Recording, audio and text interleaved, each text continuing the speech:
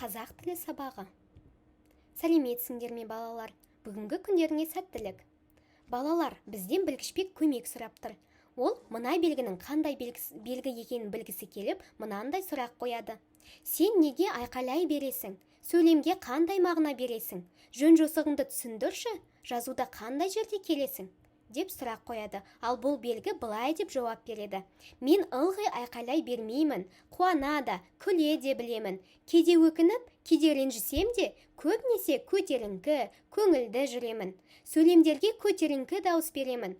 Сондай сөйлемдердің соңында келемін деп жауап беріпті. Балалар, қалай ойлайсыңдар? Бұл қандай белгі? Қандай сөйлемдердің соңында келеді?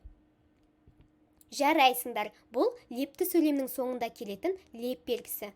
Бүгінгі біздің тақырыбымыз лепті сөйлем. Осы лепті сөйлем туралы не білесіңдер? Қане есімізге түсірейік. Және бұл QR-кодты сканерлеп, немесе мына сілтемеге кіріп, осы лепті сөйлем туралы не білетіндеріңді жазып өтіңдер. Бұл сілтемеге кірген кезде сендерде осындай бет ашылады. Ал мына тұрған белгішілерге лепті сөйлем туралы не білетіндеріңді жазып маған жіберіңдер. Балалар, енді біз лепті сөйлем туралы есімізге түсіріп болсақ, енді нақты лепті сөйлем дегеніміз не екен, оны білу үшін біз мына сілтемеге кірейік. Бұл сілтемеге кірсеңдер, сендерде осындай бет ашылады. Бұл сайтта сендер осы лепті сөйлем туралы көптеген ақпараттарды ала аласыңдар. Алған білімдеріңді жетілдіру үшін, қорыту үшін қызықты тапсырмаларды орындай аласыңдар. Тапсырмаларды орындау үшін мына тапсырмалар айдарына кіресіңдер. Бұл айдарда сендерге тапсырмалар берілген, және сол тапсырмаларды орындау үшін мына берілген QR-кодтарды сканерлеп кіре аласыңдар. Балалар, лепті сөйлем туралы есімізге түсіріп, және оның қандай сөйлем екенін біліп болсақ, енді тапсырмаларға көшейік.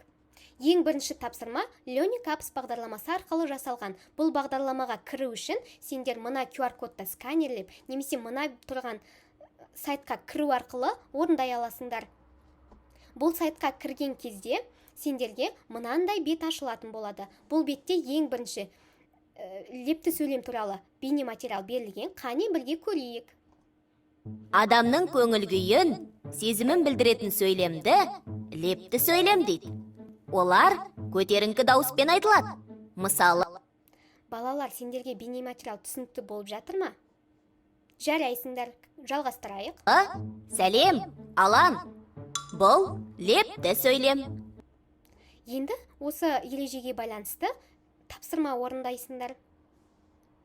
Бұл тапсырмада сендер жоғалған әріптерді табу арқылы ережені құрастыратын боласыңдар. Келесі тапсырмаға өтейік. Ал бұл тапсырмада сендер лепті сөйлемге жататын сөйлемдерді табасыңдар. Сендердің алдыларыңа әртүрлі сөйлемдер шығатын болады. Осы сөйлем лепті сөйлемге жататын болса, я, ал егер лепті сөйлемге жатпайтын болса, жоқ белгісіне қою арқылы тапсырманы орындайсыңдар. Енді келесі тапсырмаға өтейік. Келесі тапсырманы орындау үшін мына берілген сілтеме, немесе QR-кодты сканерлеу арқылы кіре аласыңдар. Бұл WordWall бағдарламасымен жасалған. Қане бірге кірейік. Бұл тапсырмада шатасқан сөздерді орнына қойып, сөйлемді құрастырасыңдар.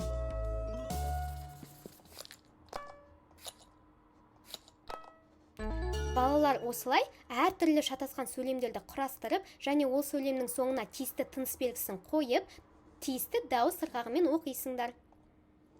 Енді келесі тапсырмаға өтейік.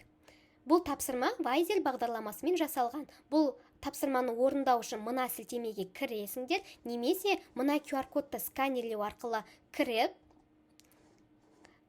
кірсеңдер, мынандай бет ашылатын болады. Бұл бетте ең бірінші сендерге мына өлең шумағы берілген. Осы өлең шумағының арасынан лепті сөйлемдер тауып, белгілеп, маған жіберетін боласыңдар. Жіберетін кезде мына белгіні басуды ұмытпаңдар. Балалар, енді сабағымызды қорытындылайық. Сабағымызды қорытындылау үшін мына сілтемеге, немесе мына QR-кодты сканерлеп тест тапсырмаларын орындайтын боламыз. Қане барлығымыз сілтемеге кірейік. Бұл сілтемеге кірген кезде сендерде осындай бет ашылатын болады. Қане бұл бетте мынандай тест тапсырмаларын берілген. Осы тест тапсырмаларының ішінен сендер дұрыс жауабын белгілеп және оны тексере аласыңдар.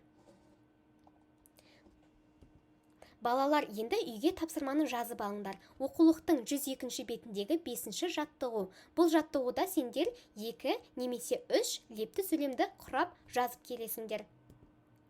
Балалар, бүгінгі сабақ түсінікті болды деген ойдамын. Сабаққа кері байланыс жасау үшін мына сілтемеге кірейік. Балалар, бұл сілтемеге кірген кезде сендерге осындай бет ашылатын болады. Бүгінгі сабақтан қандай әсер алдыңдар, соны мына әртүрлі леп белгілері арқылы маған белгілеп жіберіңдер.